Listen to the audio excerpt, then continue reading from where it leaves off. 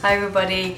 Last week I uploaded a video showing how I was doing food prep for the week, and that video was actually quite popular, but I didn't realize how much difference that food prep was going to make to my week. It's been so long since I've done something like that that I forgot what a difference it makes. It was amazing and my life was so much easier through the week. So today it's Monday, I've just picked up my groceries and I'm going to do some food prep again. I'm going to probably spend a bit more time, and there are some extra things that I will be doing. It won't be the same as last week's video, so I hope you'll enjoy seeing me do my weekly food prep. I am going to enjoy doing the food prep, knowing how much difference it is going to make to my week. I highly recommend it. Okay, I mentioned I was going to be doing some things differently this week, but some things I am doing the same, and that is I'm going to make that roasted vegetable pasta sauce again. That was delicious and it was nice to have in the fridge. Instead of making all of the roast vegetables into the sauce though, I'm going to save half of them to put into salads and then just make half of them into sauce. I do actually have some of the beetroot left over that I prepped. It's looking a bit dried out, but it'll be fine when it's roasted. I never actually got around to steaming and eating that, so I'll be roasting that. So peel, chop, and then I toss with, it wasn't really clear in the video last time, I toss it with a little bit of olive oil and a dash of balsamic vinegar and then roast them. So that's what I'll be doing now, doing my roast veg.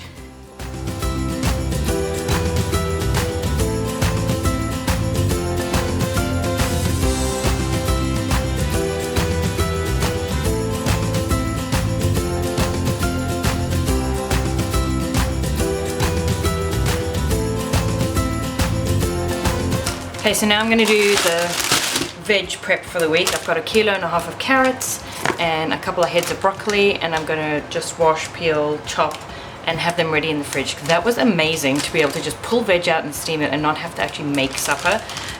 Everything was done already, so that is something I'll definitely be doing each week, is prepping the vegetables.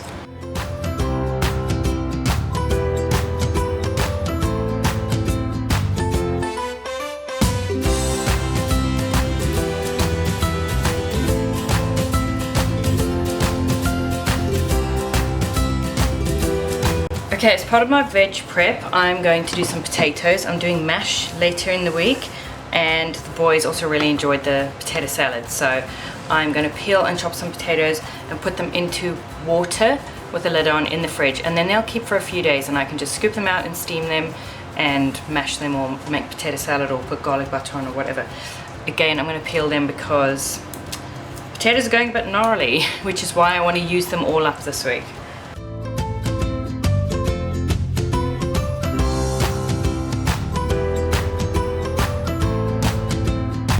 Okay, the next thing I'm going to prep is my cheese. We've started using this block of cheese and we've kind of got half a block as well.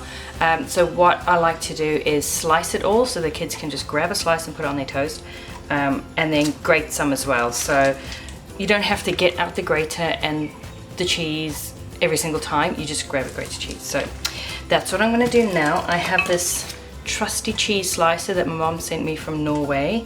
I have seen them locally. I think Countdown has some, I'm not sure, but this is really handy for slicing cheese. I'm probably just going to slice all of this up because I'm going to prep some sandwiches as well, and then grate all of this.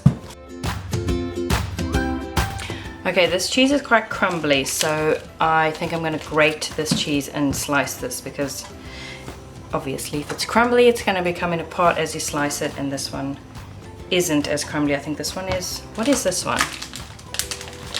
So this is mild cheddar and this is Edam or Colby.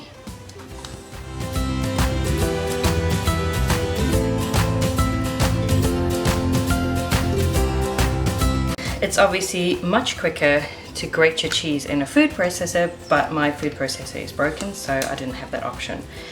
But I used to do that when I was food prepping. I would just throw it into the food processor and grate it in seconds. And yes, you can buy grated cheese obviously, but you pay for that, you pay for the convenience. So I don't mind spending a few minutes grating cheese if it's going to save me money, because we are not made of money and food is already so expensive. I don't want to spend any more than I have to. Okay, now that I have about 3 metric tons of cheese prepped, what am I going to do with that? You can freeze it if you have too much cheese, but I'm actually going to first prepare sandwiches and then freeze it. So I'm going to do Daniel's lunches for the week, Noah's lunches for the week, and some cheese toasties that I can just put into the freezer, and they can grab out the freezer and put into the toasting machine whenever they want a grilled cheese sandwich. So Daniel will have ham and cheese, and he has 2 sandwiches, like 4 slices of bread, and Noah has 1 slice of bread and he has jam and cheese. I know, disgusting, but whatever. They normally prepare their own lunches, but if I'm having a food prep day anyway, I really don't mind doing it for them. So that's what I'm going to do now.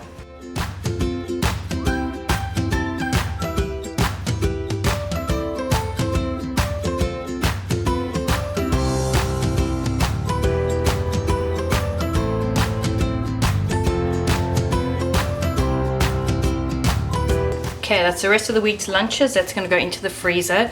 They'll probably last 4 days in the fridge, but they won't be fresh. Whereas if you freeze them, then the kids can just grab them in the morning. It's defrosted by the time they eat them at lunchtime, and it will be fresh. Like, the bread will still feel fresh. So yeah, into the freezer. Okay, while I'm freezing sandwiches, I'm just going to make a whole ton of, like I mentioned before, cheese sandwiches that the kids can just grab and stick into the like sandwich toaster press anytime they want a grilled cheese sandwich. So that's what I'm going to do now, just prep a whole bunch of that. I bought loads of bread, I have lots of cheese that needs using up, so I thought that would be a good idea. We've also got a new freezer that is massive. It is so huge, you could fit like 2 people, like dead bodies in there. We don't have any dead bodies, so we're going to go with food, because obviously it's not energy efficient to cool an empty freezer, so the more stuff I have in there, the better.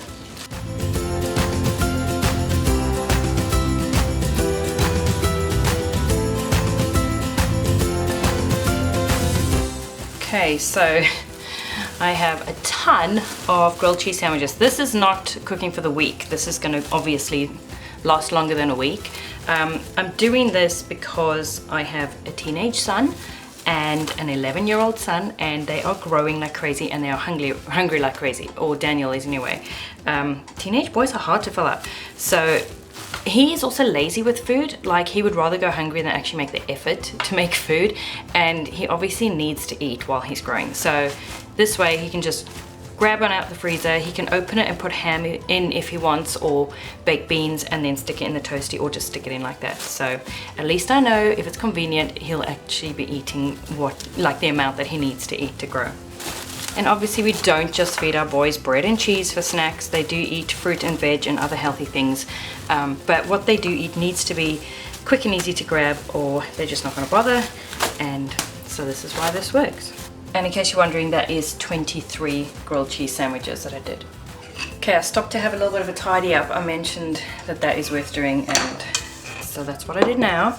Okay, I've got the roasted veg out of the oven. I've put some of it in here. I've kept some back to have on salads or just as veg, you know, with eggs or whatever. So I'm gonna make the sauce now, which is so easy. It's literally your roasted veg, which I've done butternut, onion, zucchini and beetroot, and then you just throw in some tinned chopped tomatoes and some garlic, and I like to throw in some oregano, and that is your sauce. And you can have it with anything. You can have with pasta, or just on its own, or on top of meat or chicken or whatever. So, super easy, super healthy, and super delicious. Okay, so I've done all those sandwiches and used up some bread, quite a few loaves, and I've kept the crust or the heel of the bread. I won't waste those. I'm gonna make a chocolate chip bread pudding. Bread pudding is so easy, and it's a great way to use up leftover baked goods, bread, pancakes, waffles, cake, whatever you have. Obviously, if you're gonna use something sweet like cake, you want to reduce the sugar in the custard mixture. But basically, all it is your baked goods chopped up. You have some melted butter, some eggs, milk, vanilla, and you make it kind of a custard, and then you bake it. I will leave a link below to the recipe that I usually use as a jumping off point, and then I tweak it from there. I've left out the egg yolks. Sometimes I reduce the sugar. and I've halved it in this case because I don't have that much bread. The recipe can also be tweaked with flavors. I have done the same thing using leftover gingerbread cookies. I reduced the sugar in the custard and I put white chocolate chips in, so it was like a white chocolate gingerbread pudding, which apparently was delicious. I wouldn't know since I can't eat it. So I'm just going to do the bread pudding now in this dish because the oven's on, and I'll pop it in there and then the kids can have it tonight. Okay, my dish is full, so I'm just gonna put that back in with the loaf of bread, and these two crusts I'll just throw out for the birds.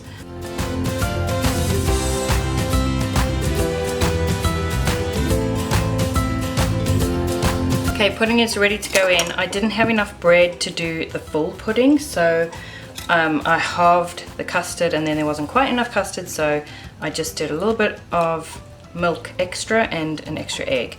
And I've sprinkled cinnamon over the top, and that can go in the oven. So the bits that have soaked up the custard, that will all kind of bake and set, and then the top bits will get kind of crispy and golden. You can also sprinkle a bit of sugar on to caramelize over the top, and it's delicious with custard or cream or ice cream or however you like your hot baked puddings.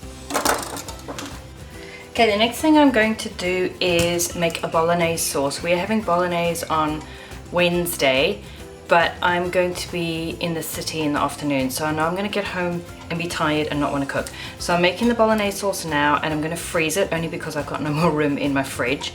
And so before we set off for town on Wednesday, I can take it out of the freezer, stick it into the crock pot, or I'll take it out the night before and have it defrosted. Anyway, I can pop it in the crock pot on low, and when we get home it'll be warm, it'll be ready, and it will be nice and rich and simmered. So that's what I'm doing now, just making a simple Bolognese sauce.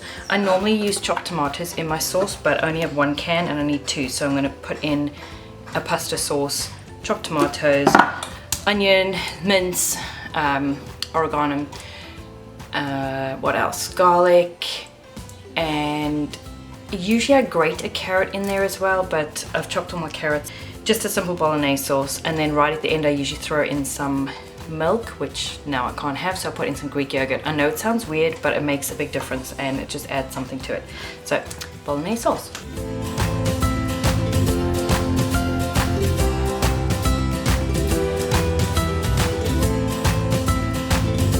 Okay, so the bread pudding has come out the oven. That's how it's turned out. So that will be for tonight. I am also going to bake some cookies. The cookie jar is empty. Now, because we have all of this, I'm not going to make a full batch. I'm going to just do half a batch of chocolate chip cookies. I would do a full batch and freeze half of it, but I forgot to take the butter out of the freezer, so I only have enough to do a half batch of cookies. Now, I was asked in my last video if I use an ice cream scoop to scoop my cookies. I use these. These 3 are Pampered Chef food scoops, and then this one I got off Amazon. You just search for food scoop. They basically work like an ice cream scoop. You know, you scoop and you blob out, but they come in different sizes, and I use this one for cookies usually. They are so handy for doing meatballs, for doing blobs of mashed potato, I use this one for cupcakes. Like, one of these is enough to scoop and dump the batter into my cupcake cases. They are just so handy. I use them for all sorts of things, and I highly recommend them.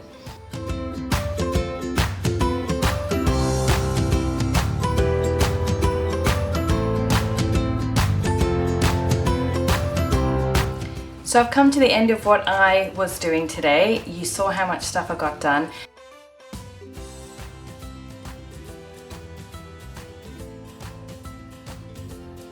That was just under 2.5 hours, and the amount of hassle it's going to save me for the rest of the week, totally worth the time. It's not even how much time it's going to save me, even though it will. Like, rather than getting out the chopping board and the knife and the peeler 7 times this week for meals, I just did it once, like, done. But it's not even that, it's the amount of hassle. Like, I hate having to cook every night and get everything out, and it's just a drama. I'm tired by the end of the day. I'm not in the mood, and the amount of difference it makes to be able to just grab and go, to have meals pre-prepared and veggies ready to steam. It's amazing. Like, I'm going to be doing this every week. This is a part of my weekly routine now because it makes such a difference. So I highly recommend doing a bit of pre-prep for the week, getting some meals done in advance, especially if you know you're going to be having a busy day coming up later in the week, and getting some things put into the freezer. It makes life so much easier. So I hope you enjoyed this. I hope you found it inspiring or helpful. If you did, leave me a comment. I want to know what caught your fancy about this video, and if you'd like to see more of these. Thank you for watching, and I will see you next time.